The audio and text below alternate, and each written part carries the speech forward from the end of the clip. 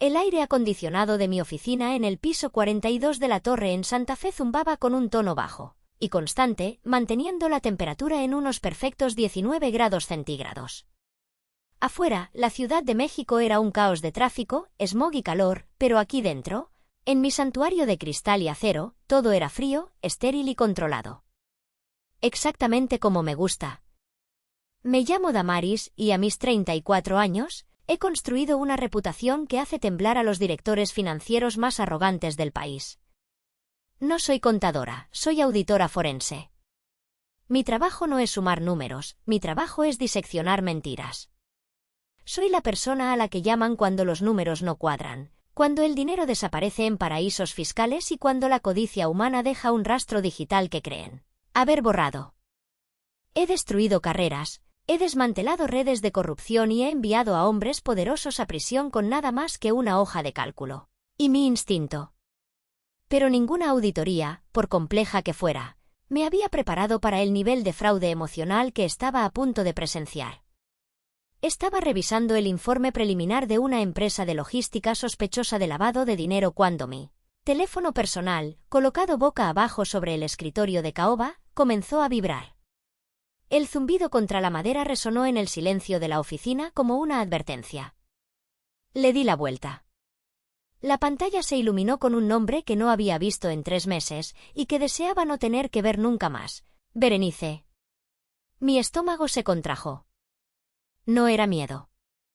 Era esa sensación visceral de asco que uno siente cuando ve una cucaracha salir de debajo del refrigerador. Berenice. Mi hermana menor. La niña de los ojos de mi madre. La princesa que nunca tuvo que levantar un dedo, mientras yo me rompía la espalda para mantener a flote sus fantasías.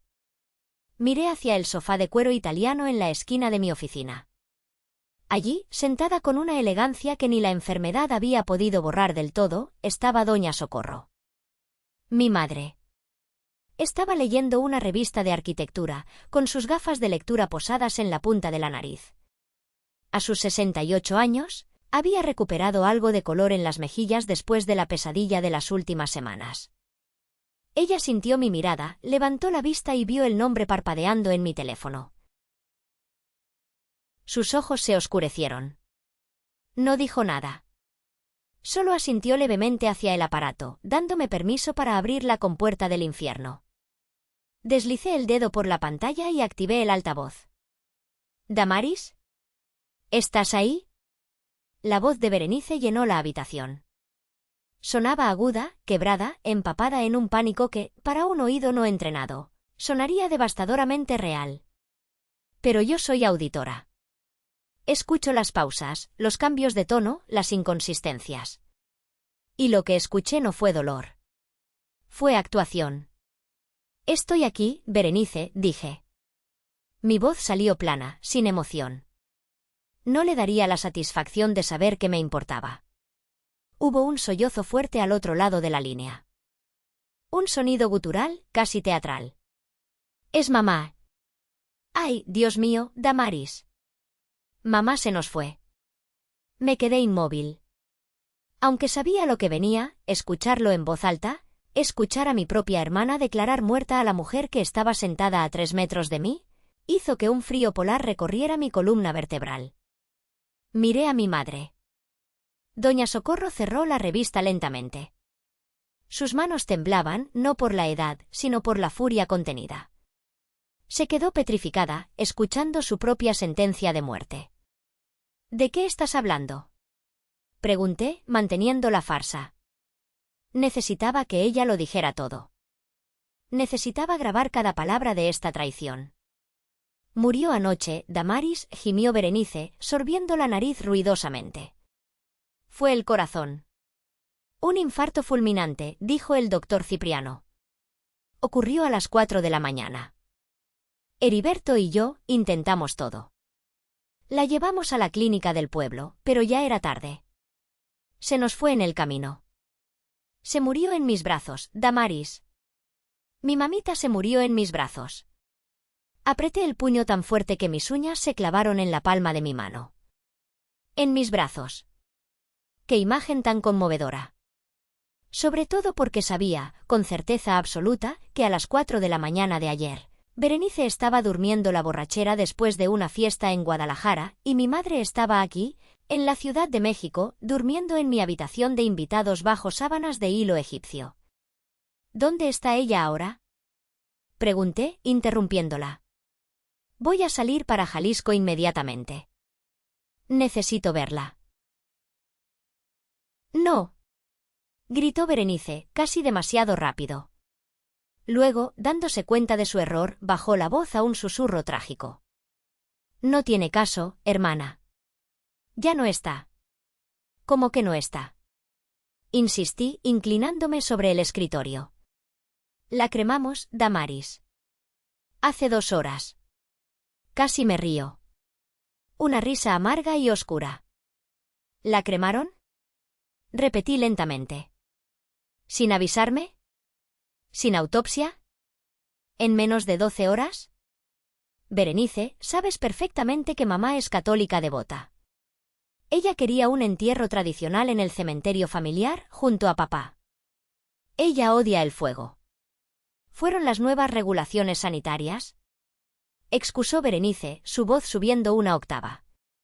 El doctor Cipriano dijo que, debido al brote de virus respiratorio en el asilo, era obligatorio por ley cremarla de inmediato para evitar contagios. No tuvimos opción. Fue horrible, Damaris. Ver cómo se la llevaban, estoy destrozada. Mentira tras mentira. No había ningún brote. No había ninguna ley que exigiera una cremación tan rápida sin el consentimiento de todos los hijos directos. Estaban borrando la evidencia. Sin cuerpo, no hay autopsia. Sin autopsia, no hay prueba de negligencia o, en su caso, prueba de que el ataúd está vacío. Entiendo, dije, forzando mi voz a sonar derrotada. Entonces, solo quedan las cenizas. Sí, las cenizas. Las tenemos aquí en la hacienda. El funeral será el viernes al mediodía. Pero hizo una pausa dramática. Honestamente, Damaris, no creo que debas venir. Doña Socorro se levantó del sofá. Caminó hacia mí con pasos lentos pero firmes, apoyándose en su bastón de madera tallada. Se detuvo frente a mi escritorio, sus ojos clavados en el teléfono como si pudiera incinerarlo con la mirada. ¿Por qué no debería ir al funeral de mi propia madre?, pregunté. Porque ella no te quería aquí, escupió Berenice, dejando caer la máscara de dolor por un segundo para mostrar su verdadero rostro venenoso. En sus últimos momentos, cuando estaba lúcida, mamá preguntó por mí. Preguntó por Heriberto. Incluso preguntó por los perros. Pero nunca mencionó tu nombre. Ni una sola vez.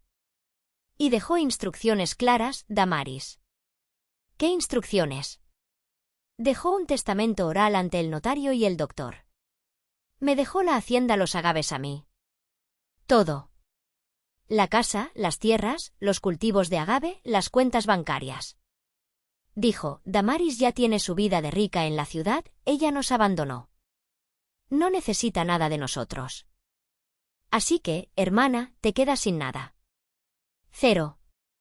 No te molestes en venir a pelear por una herencia que no es tuya. El silencio que siguió fue denso, pesado como el plomo. Miré a mi madre. Vi como una lágrima solitaria rodaba por su mejilla arrugada. No era una lágrima de tristeza, era una lágrima de duelo por la hija que ella creía haber criado, la hija que acababa de morir en su corazón para ser reemplazada por este monstruo codicioso. Berenice no solo estaba robando una propiedad de 50 millones de pesos. Estaba robando la memoria de mi madre, reescribiendo la historia para pintarme como la villana y a ella como la mártir. Mi madre se secó la lágrima con un movimiento brusco de su mano. Levantó la barbilla, irguiéndose cuán alta era. Me miró y asintió una vez, secamente. Un gesto que yo conocía bien desde mi infancia. Era la señal de adelante. Era una declaración de guerra. Respiré hondo, dejando que una sonrisa fría y depredadora se formara en mis labios. Está bien, Berenice, dije suavemente. Si esa fue la última voluntad de mamá, la respeto. Tienes razón. He estado ausente. Quizás no merezco estar allí. Exacto, suspiró Berenice, el alivio palpable en su voz. Me alegra que por una vez seas razonable. Te enviaré el enlace para que veas la misa por internet. Quédate en tu torre de marfil, Damaris. Nosotros nos ocuparemos de todo. Adiós. Colgó. El tono de línea muerta zumbó por un segundo antes de que la pantalla se volviera negra. La oficina quedó en silencio, salvo por el latido furioso de mi propio corazón. Doña Socorro se sentó lentamente en la silla frente a mí. Puso sus manos sobre el escritorio. Dijo que estaba muerta, susurró mi madre, con la voz temblando de incredulidad. Dijo que la cremaron. Dijo que te desheredé. Lo escuché, mamá, dije, extendiendo mi mano para cubrir la suya. Lo escuchamos todo. Esa hacienda, la voz de mi madre se endureció. Tu abuelo compró esas tierras con sangre y sudor hace 80 años. Él plantó los primeros agaves con sus propias manos cuando no tenía ni zapatos. Y ahora, esa mujer quiere venderla para pagar las deudas de juego de su marido inútil. ¿No la van a vender, mamá?, dije, poniéndome de pie y caminando hacia el ventanal que dominaba la ciudad. Porque para venderla necesitan un dueño. Y el dueño está sentado aquí, tomándote de manzanilla.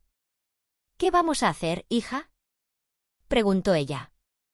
Por primera vez en años, vi en sus ojos que no me miraba como a la hija rebelde que se fue, sino como a su protectora. Me giré para mirarla. La imagen de la hacienda Los Agaves vino a mi mente. Los campos azules bajo el sol de Jalisco, el olor a tierra mojada y a agave cocido. Y luego, otra imagen se superpuso, violenta y dolorosa, una imagen que había intentado reprimir durante 15 años. El recuerdo me golpeó como un puñetazo físico. Era una tarde de agosto, llovía a cántaros. Yo tenía 18 años. Estaba parada en la cocina de la hacienda, empapada, sosteniendo una carta arrugada. Era mi carta de aceptación para la beca en la Universidad Nacional. Solo necesitaba 50.000 pesos para los gastos iniciales y el depósito. Dinero que yo había ahorrado trabajando 3 veranos seguidos cortando agave bajo el sol abrasador. Había ido a la caja fuerte de la familia, donde guardaba mis ahorros en un sobremanila con mi nombre. La caja estaba vacía. Y allí estaba mamá, 15 años más joven, llorando en la mesa de la cocina. Y Berenice, de 14 años, sentada en un rincón, con la cara manchada de rímel, sin mostrar ni pizca de remordimiento. Lo siento, Damaris, había dicho mamá entre sollozos. Tuve que usar tu dinero. Berenice, ella chocó el coche nuevo. Le pegó a un puesto de tacos. Si no pagábamos el soborno a la policía y los daños ahora mismo, se la llevaban al reformatorio. Eres la mayor, tienes que entender. Puedes estudiar el próximo año. La familia es primero. La familia es primero. Esa frase había sido mi sentencia. Me quitaron mi futuro para limpiar el desastre de Berenice. Esa noche empaqué una maleta vieja y me fui a la Ciudad de México con 200 pesos en el bolsillo. Lavé platos, limpié oficinas, dormí en cuartos de azotea con goteras y estudié hasta que mis ojos ardían, todo impulsado por una sola promesa: nunca más permitiría que nadie me robara lo que es mío. Ahora, 15 años después, la historia se repetía. Berenice había vuelto a meterse en problemas y mamá, en su vejez, había sido sacrificada de nuevo. Pero esta vez, el resultado sería diferente. Esta vez, yo no era la niña de 18 años sin recursos. Esta vez, yo tenía el poder. Vamos a ir a ese funeral, mamá, dije, tomando mi teléfono de nuevo. Pero no vamos a ir a llorar. Vamos a ir a ejecutar una auditoría. Una auditoría de sus vidas. Marqué el número de mi abogado personal, el licenciado Melquiades, un viejo amigo de mi abuelo que todavía mantenía su despacho polvoriento en la plaza del pueblo de Tequila. ¿Licenciado? Soy Damaris. No cuelgue y escuche con atención. Necesito que prepare una demanda por fraude, falsificación de documentos oficiales y tentativa de homicidio. Y necesito que contacte a sus amigos en el banco local. Quiero comprar una deuda. Hubo una pausa al otro lado de la línea. ¿Qué deuda, niña?, preguntó la voz rasposa del viejo abogado. La deuda de Heriberto, dije, mirando mi reflejo en el cristal. Mis ojos brillaban con una luz peligrosa. Sé que le debe 8 millones de pesos a el chato Ramiro. Quiero comprar ese pagaré. Quiero ser la dueña de su pesadilla. Damaris, eso es peligroso. Ramiro es un criminal. Lo sé. Páguele lo que pida más un 10% de comisión por su silencio. Quiero esos papeles firmados antes de que llegue a Jalisco mañana por la mañana. Colgué. Miré a mi madre. Empaca tus cosas, doña Socorro. Ponte tu mejor vestido. Vamos a resucitar a un muerto. El viaje desde la Ciudad de México hasta Jalisco fue largo y silencioso. Mi camioneta blindada devoraba los kilómetros de asfalto mientras el paisaje cambiaba de los edificios grises, de la capital a las colinas verdes y onduladas del occidente. Conducía yo misma, mis manos aferradas al volante con una fuerza blanca en los nudillos. Mi madre dormitaba en el asiento del copiloto. La había obligado a descansar. Las últimas semanas habían sido un infierno para ella. Berenice la había internado en un asilo de ancianos clandestino en las afueras de la ciudad, un lugar que olía a orina y desesperanza, bajo el pretexto de que necesitaba cuidados especializados, que no podían darle en casa. En realidad, la habían escondido allí para que muriera tranquila y rápido, lejos de las miradas curiosas de los vecinos, mientras ellos preparaban la venta de la hacienda. Si no fuera por esa enfermera anónima que me contactó por Facebook hace 3 días, alertándome de que mi madre estaba siendo sedada sistemáticamente y que había firmado una orden de no resucitar bajo coacción, hoy realmente estaría conduciendo hacia un funeral real. Llegamos a las afueras de Tequila al atardecer. El cielo estaba teñido de un naranja violento y púrpura, reflejándose en las miles de plantas de agave azul que se extendían hasta el horizonte. Este era mi hogar. O lo había sido. No fuimos directamente a la hacienda. No podía arriesgarme a que nos vieran todavía. Reservé una suite privada en un hotel boutique exclusivo, escondido entre los viñedos, a unos 10 kilómetros de nuestra casa. «¿Te quedarás aquí esta noche, mamá?», le dije mientras la ayudaba a bajar del auto. 2 guardias de seguridad privada que había contratado desde la ciudad se acercaron discretamente. «Nadie puede saber que estás viva hasta el momento exacto». «¿Y tú a dónde vas?», preguntó ella, ajustándose el rebozo. «Voy a hacer una visita de reconocimiento», dije, poniéndome unas gafas de sol oscuras a pesar de que el sol ya se estaba poniendo. «Necesito ver con mis propios ojos lo que han hecho con la casa». Dejé a mi madre segura y conduje sola hacia la hacienda Los Agaves.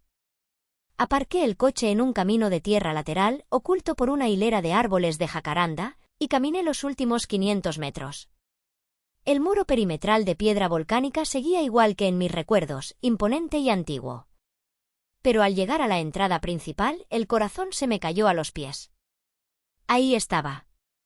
Un letrero de madera enorme, clavado vulgarmente sobre el escudo de armas de la familia en el arco de entrada. Se vende /diagonal for sale. Debajo, el logo de una inmobiliaria que se especializaba en vender terrenos históricos a cadenas hoteleras extranjeras. Sentí una náusea física. Mi abuelo había defendido estas tierras durante la Revolución. Mi padre había muerto de un infarto trabajando en estos campos. Y ahora, Berenice las estaba ofreciendo al mejor postor como si fueran un par de zapatos viejos. Me acerqué a la reja de hierro forjado. Estaba entreabierta.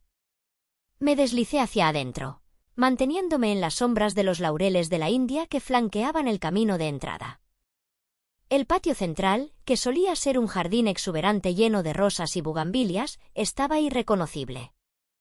Había camiones de mudanza estacionados sobre el césped. Hombres desconocidos cargaban muebles. Reconocí un armario de roble tallado a mano del siglo XVIII siendo arrastrado sin cuidado hacia la caja de un camión. «¡Cuidado con eso, imbéciles!», gritó una voz masculina.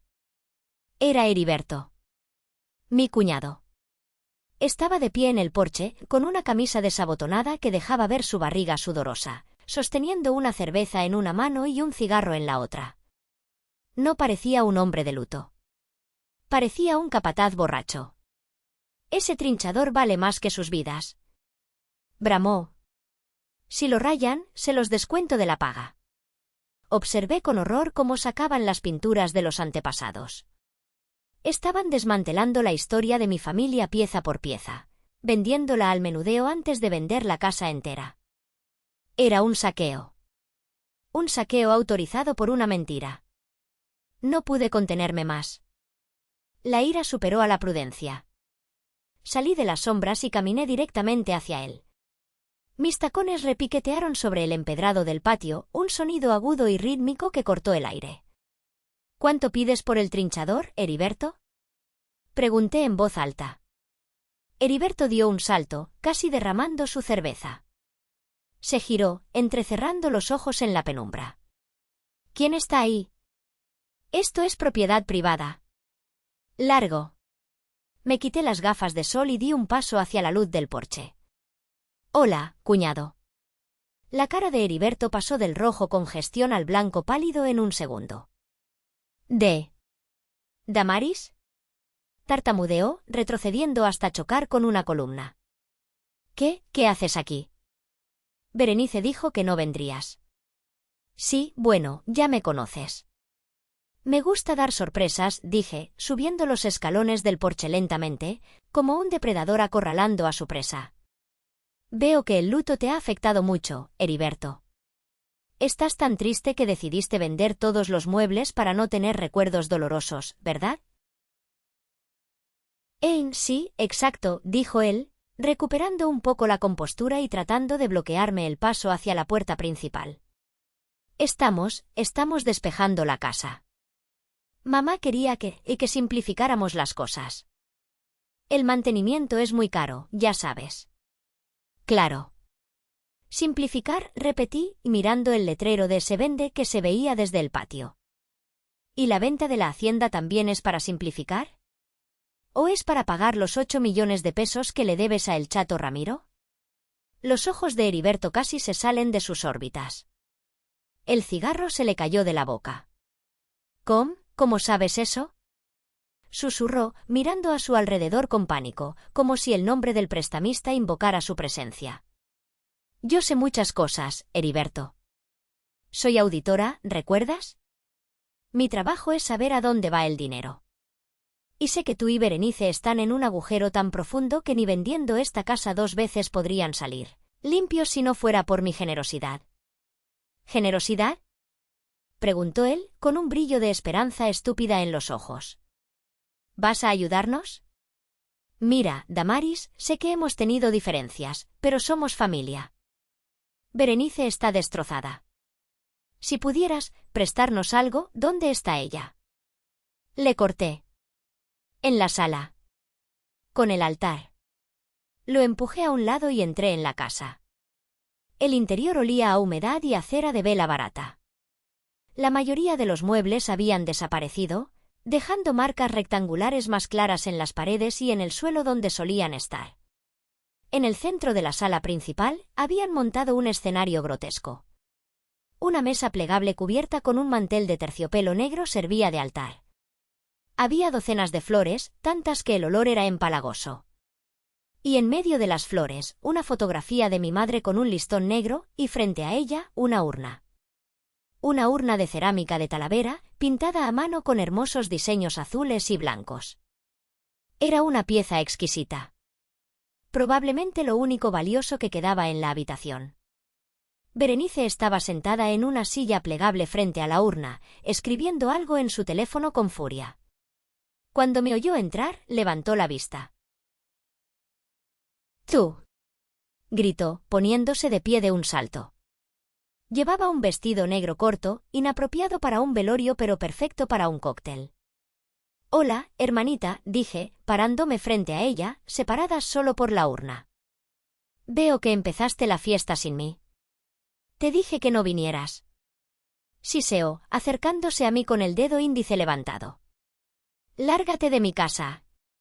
Heriberto. Saca a esta intrusa». Heriberto se quedó en la puerta, encogiéndose de hombros, demasiado asustado por mi comentario sobre su deuda como para moverse. «¿Tu casa?», me reí suavemente. «Todavía no es tu casa, Berenice. El testamento no se ha leído. Se leerá mañana después del funeral», gritó ella. «Y dice que todo es mío. Mamá me lo dejó a mí porque yo la cuidé hasta el final. Yo le limpié el culo mientras tú estabas en la ciudad jugando a la ejecutiva. La cuidaste tan bien que murió sola y fue cremada en tiempo récord», dije, mirando la urna. «¿Eso es todo lo que queda de ella? ¿1 kilo de cenizas en un jarrón bonito? Es lo que ella quería». Berenice se interpuso entre la urna y yo, protegiéndola como si fuera un tesoro. Y para ella, lo era. Esa urna era su título de propiedad. «Curioso», dije. «Mamá siempre me dijo que quería ser enterrada bajo el roble. Pero supongo que la gente cambia de opinión cuando, ya sabes, están siendo drogados con sedantes para caballos». Berenice se puso pálida. «¿De qué estás hablando?» «Cuidado con lo que dices, Damaris. Te puedo demandar por difamación». «No, no puedes», dije, acercándome a ella hasta que pude oler el alcohol en su aliento. «Porque para demandar necesitas dinero y tú no tienes ni un centavo. Todo lo que tienes es una deuda impagable y una mentira que está a punto de explotarte en la cara». Me di la vuelta y caminé hacia la salida. Me detuve en el umbral y la miré por última vez. «Disfruta tu noche, Berenice. Disfruta de ser la dueña de todo por unas horas más. Mañana en el funeral, asegúrate de llorar fuerte. Quiero que todo el pueblo vea cuánto la querías». Salí de la casa sin esperar respuesta. Me subí a mi coche y conduje de vuelta al hotel. Mis manos ya no temblaban. Ahora estaban firmes. Había visto al enemigo a los ojos y había visto miedo. Esa noche, me reuní con el licenciado Melquiades en el lobby del hotel. El viejo abogado traía un maletín de cuero desgastado y una expresión de preocupación profunda. «¿Lo tienes?», pregunté sin preámbulos. «Aquí está», dijo, sacando un documento legal con sellos frescos. «El contrato de cesión de deuda». El chato Ramiro aceptó los 8.800.000 pesos. Firmó la transferencia de los derechos de cobro a tu nombre. Tomé el papel. Se sentía pesado en mis manos. Era una sentencia de muerte financiera para mi hermana y su marido. ¿También trajiste el documento falso?, pregunté. Melquiades asintió y sacó una copia fotostática del supuesto testamento oral y el certificado de defunción. «Mira la hora de la muerte», señaló el abogado con un dedo tembloroso. 4 de la mañana del día 12. A esa hora, mamá y yo estábamos viendo una repetición de telenovelas en mi departamento, dije. Tengo los registros de las cámaras de seguridad de mi edificio que muestran a mamá llegando 3 días antes. Es irrefutable. Damaris, hija, Melquiades me miró por encima de sus gafas. ¿Estás segura de querer hacer esto así? Podríamos ir a la policía ahora mismo. Arrestarían a Berenice esta noche. Evitaríamos el espectáculo. No, dije firmemente. Si la arrestan esta noche, ella jugará la carta de la víctima. Dirá que fue un error, que la engañaron. La gente del pueblo sentirá lástima por ella. Necesito que se exponga. Necesito que ella misma se pare frente a todos y diga la mentira más grande de su vida. Solo entonces, cuando la verdad salga a la luz, nadie podrá defenderla. El abogado suspiró y guardó los papeles. Eres igualita a tu abuelo. Él tampoco dejaba prisioneros. Descansa, Melquiades. Mañana tienes que leer un testamento falso con mucha convicción. Subí a la habitación. Mi madre estaba despierta, rezando el rosario junto a la ventana.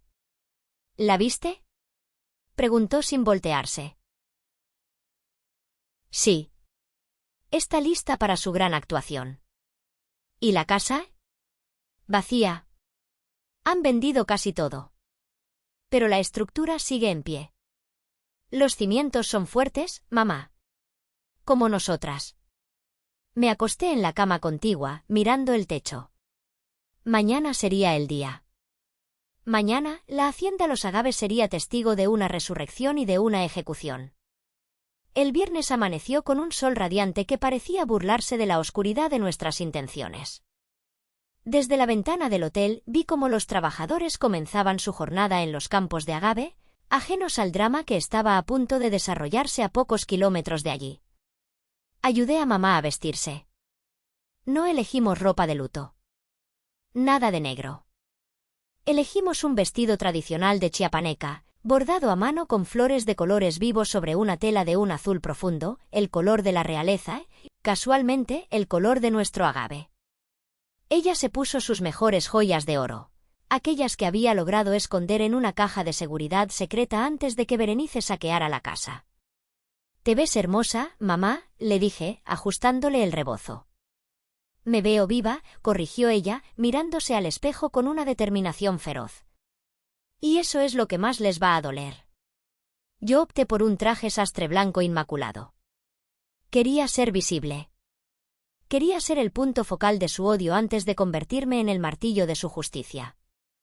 Nos subimos a la camioneta blindada. Los dos guardias de seguridad, hombres corpulentos con trajes oscuros y auriculares, nos flanquearon. El trayecto hacia la hacienda fue corto, pero cada segundo se sintió como una hora. Al llegar, la escena era impresionante. Berenice había logrado convocar a medio pueblo. Había coches estacionados a lo largo de todo el camino de entrada. Había gente importante, el alcalde, los dueños de las haciendas vecinas, proveedores de tequila. Todos estaban allí, ya fuera por respeto a mi madre o por curiosidad morbosa sobre el destino de la hacienda. Vimos la transmisión en vivo en mi tablet mientras esperábamos la señal. Berenice había contratado drones. Drones para un funeral. La cámara sobrevolaba el jardín, mostrando las carpas blancas, las sillas ordenadas y el mar de gente vestida de negro. «Es hora», dije. Di la orden al conductor. La camioneta avanzó lentamente hacia la entrada principal. En el jardín, la ceremonia estaba comenzando. El sacerdote local, un hombre bueno pero ingenuo, estaba terminando sus oraciones. «Y ahora», anunció el sacerdote, «la hija menor y heredera, Berenice, dirá unas palabras». Berenice subió al pequeño estrado que habían montado junto al altar. Se veía dramática con su velo negro y sus gafas oscuras. Se agarró al atril como si apenas pudiera mantenerse en pie. Una actuación digna de un Oscar. Gracias a todos por venir», sollozó en el micrófono. «Hoy es el día más triste de mi vida. He perdido a mi madre, a mi mejor amiga, a mi roca». Hizo una pausa para secarse una lágrima inexistente. «Mamá amaba esta tierra. Y aunque mi hermana Damaris la abandonó hace años para perseguir el dinero en la ciudad, yo me quedé. Yo sostuve su mano cuando dio su último suspiro a las 4 de la mañana. Y me hizo prometer que cuidaría de la hacienda». Entre la multitud, escuché murmullos. La gente asentía con simpatía. Estaban comprando su historia. Estaban creyendo que yo era la villana desalmada. «Ella quería que yo fuera la única dueña», continuó Berenice, ganando confianza. «Para proteger nuestro legado de la codicia de personas externas». En ese momento, nuestra camioneta llegó a la reja. Toqué el claxon. Un sonido largo, grave y autoritario que cortó el aire y silenció el micrófono de Berenice. Todos se giraron. La reja se abrió lentamente, uno de mis guardias se había bajado para abrirla. La camioneta negra entró rodando por el camino de grava, levantando una pequeña nube de polvo que brillaba al sol. El vehículo se detuvo justo detrás de la última fila de sillas. Los murmullos se convirtieron en un rugido de confusión. Berenice se quitó las gafas de sol, entrecerrando los ojos. Heriberto dio un paso adelante, luciendo nervioso. La puerta del conductor se abrió y bajó mi chofer. Dio la vuelta y abrió mi puerta. Bajé primero. El traje blanco brilló bajo el sol del mediodía. Escuché los jadeos colectivos. «¿Es Damaris de blanco? ¡Qué falta de respeto! Vino a pelear la herencia». Caminé con la cabeza alta, ignorando los susurros, hasta llegar al pasillo central. Me detuve y miré a Berenice, que estaba pálida como un papel en el estrado. «Continúa, hermana», dije, mi voz proyectándose clara y fuerte sin necesidad de micrófono. «No te detengas por mí. Estabas hablando de cómo sostuviste la mano de mamá a las 4 de la mañana». «¿Tú?», gritó Berenice, recuperando su veneno. «¿No tienes vergüenza? Vienes aquí vestida de fiesta al funeral de tu madre. Sáquenla». «¿Seguridad?». Heriberto hizo un gesto a unos hombres que parecían guardias, pero mis dos escoltas se interpusieron, cruzándose de brazos. Eran el doble de grandes que los matones de pueblo de Heriberto. Nadie se movió. «Solo quiero escuchar el final de la historia, Berenice», dije, caminando lentamente hacia el frente. «Dijiste que mamá te dejó todo. Que murió en tus brazos. Que fue cremada por ley». «Sí. Y es la verdad», chilló ella, desesperada. «Aquí están sus cenizas». Señaló dramáticamente la urna de Talavera. «Aquí está la mujer que se sacrificó por ti y a la que tú abandonaste». Llegué al frente. Estaba a solo 2 metros del altar. Miré la urna. Luego miré al público. «Señoras y señores», dije, girándome hacia la multitud. «Mi hermana les ha contado una historia muy conmovedora. Pero hay un problema con esa historia». Hice una pausa teatral. «Los muertos no suelen tener hambre de tacos al pastor. Y definitivamente, los muertos no suelen viajar en camionetas blindadas». Berenice frunció el ceño, confundida. «¿De qué demonios hablas?». «Hablo de que deberías haber revisado el asiento trasero de mi coche antes de empezar tu discurso». Señalé hacia la camioneta. La puerta trasera del lado derecho se abrió. Una pierna salió. Luego un bastón. Y luego, doña Socorro se puso de pie. El silencio fue absoluto. Fue un silencio tan profundo que se podía escuchar el zumbido de una mosca. Mamá se alisó la falda azul. Levantó la vista y comenzó a caminar hacia el altar. Sus pasos eran lentos, pero cada golpe de su bastón contra la grava sonaba como un disparo de cañón. «¡Dios mío!», gritó alguien en la tercera fila. «Es doña Socorro».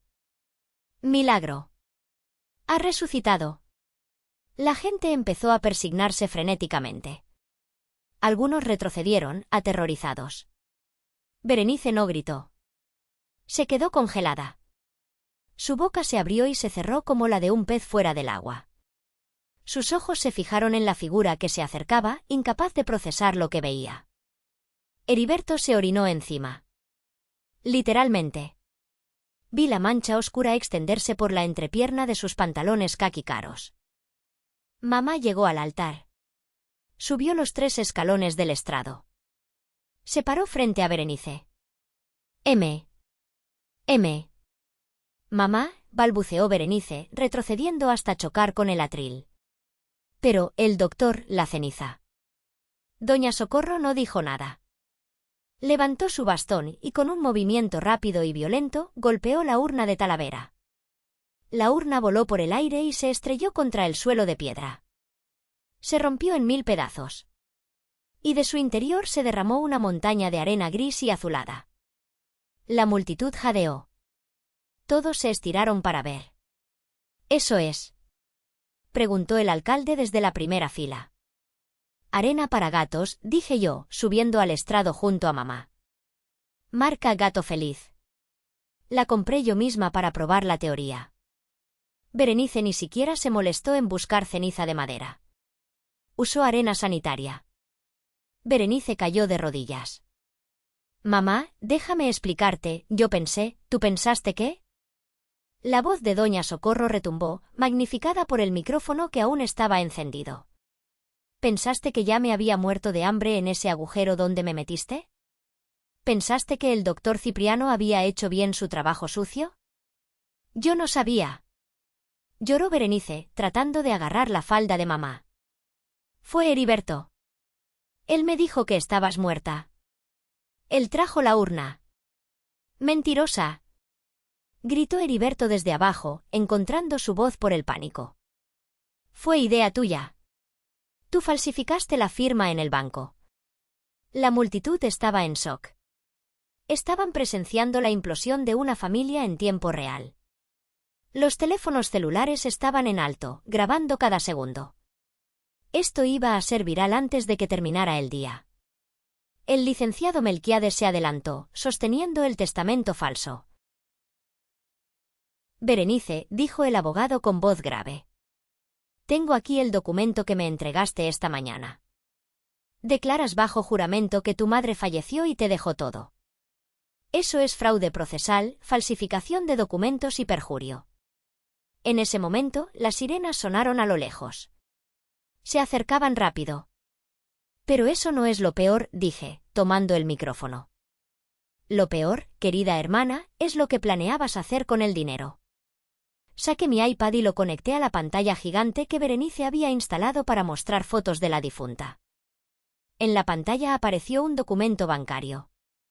Aquí tenemos el estado de cuenta de Heriberto, expliqué como si estuviera en una junta directiva. Deuda actual, 8 millones de pesos. Acreedor, el Chato Ramiro. Interés mensual, 10%. La foto de Heriberto y sus deudas de juego apareció en alta definición. Iban a vender la hacienda de mamá por 50 millones para pagar una deuda de 8 millones y gastarse el resto en viajes a Europa. Iban a desmembrar el legado de nuestro abuelo. No es cierto, gritó Berenice. Es un montaje.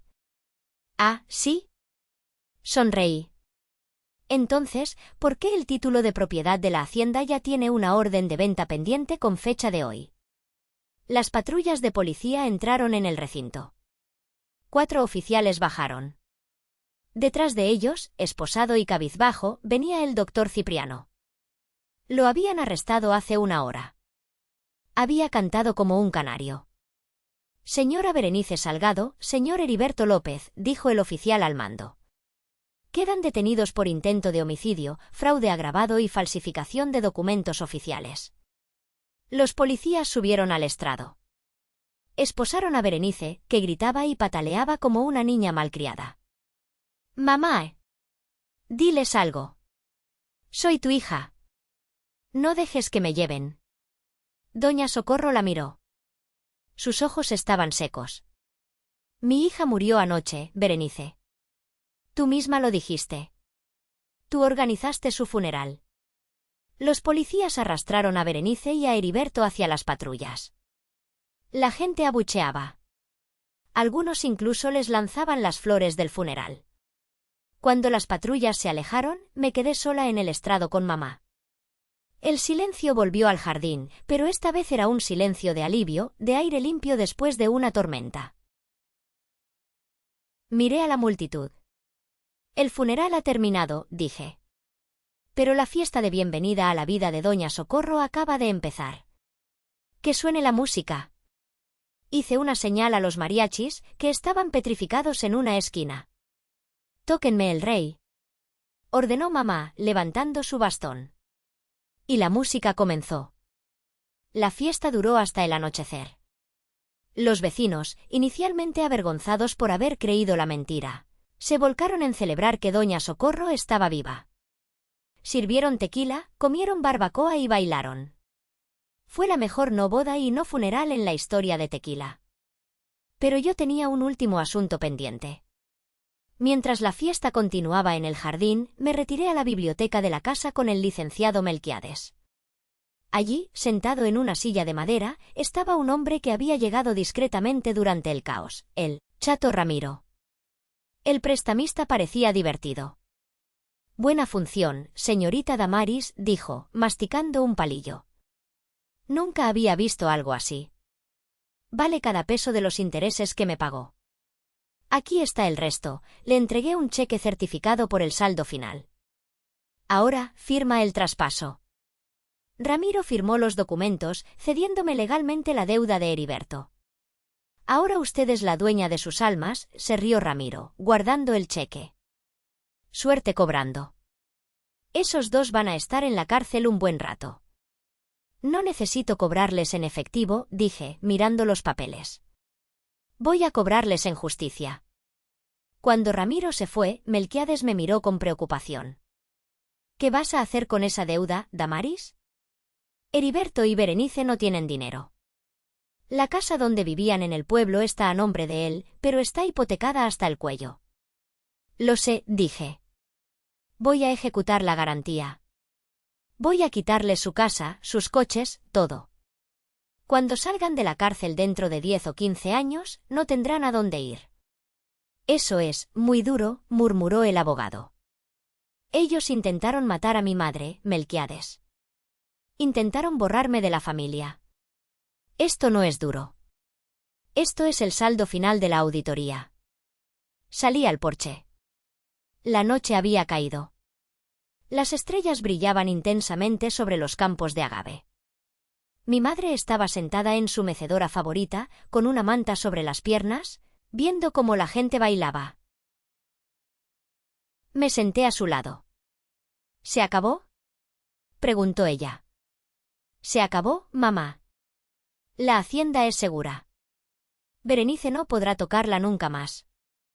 He puesto todo en un fideicomiso irrevocable a tu nombre, conmigo como administradora. Nadie podrá vender ni una piedra sin mi firma. Mamá suspiró, un sonido largo y tembloroso. Me duele, hija. Me duele aquí, se tocó el pecho. Es mi sangre. Lo sé, mamá. Pero la gangrena también vive en la sangre. Y si no se corta, mata al cuerpo entero. Hoy cortamos la gangrena. Ella tomó mi mano. Su piel estaba caliente y viva. Gracias, Damaris. Perdóname por no haberte protegido antes. Perdóname por haberte quitado tu dinero aquella vez. Ya está pagado, mamá, sonreí, mirando hacia la oscuridad. Con intereses. Nos quedamos allí, en silencio, escuchando la música de los mariachis. Pensé en mi oficina fría en la Ciudad de México. Pensé en mi vida solitaria. Y me di cuenta de que, tal vez, ya no necesitaba ser tan fría. Tal vez, ahora que había limpiado la casa, podía empezar a construir un hogar. Han pasado 6 meses desde aquel día. La hacienda Los Agaves está prosperando de nuevo. He contratado a un gerente competente para que se encargue de la producción de tequila, y vengo a visitar a mamá cada 2 semanas. Ella ha vuelto a ser la matriarca fuerte que siempre debió ser. Berenice me escribe desde la prisión de Santa Marta a Catitla. Sus cartas son una mezcla patética de insultos y súplicas de dinero para la tienda de la prisión. Dice que la comida es horrible. Dice que soy una bruja vengativa. No le contesto. Quemamos sus cartas en la chimenea en las noches frías. Mucha gente me pregunta si no siento remordimiento. Después de todo, es mi hermana. ¿No debería la familia perdonarlo todo? Yo creo en la ley de la cosecha. Uno cosecha lo que siembra. Berenice sembró codicia, mentiras y muerte. Ahora está cosechando soledad y barrotes. Yo sembré esfuerzo, verdad y, sí, una justicia implacable. Y he cosechado paz. A veces, el acto de amor más grande que puedes hacer por ti mismo y por los que amas es cerrar la puerta a quienes te lastiman y tirar la llave al fondo del pozo. ¿Y tú, qué hubieras hecho en mi lugar? ¿Crees que fui demasiado cruel con mi propia hermana, o crees que recibió exactamente lo que merecía? ¿Habrías perdonado? Déjame tu opinión en los comentarios, quiero leerte. Si te gustó esta historia de justicia y karma instantáneo, por favor dale like al vídeo, suscríbete al canal y activa la campanita. Tenemos muchas más historias increíbles preparadas para ti. ¡Hasta la próxima!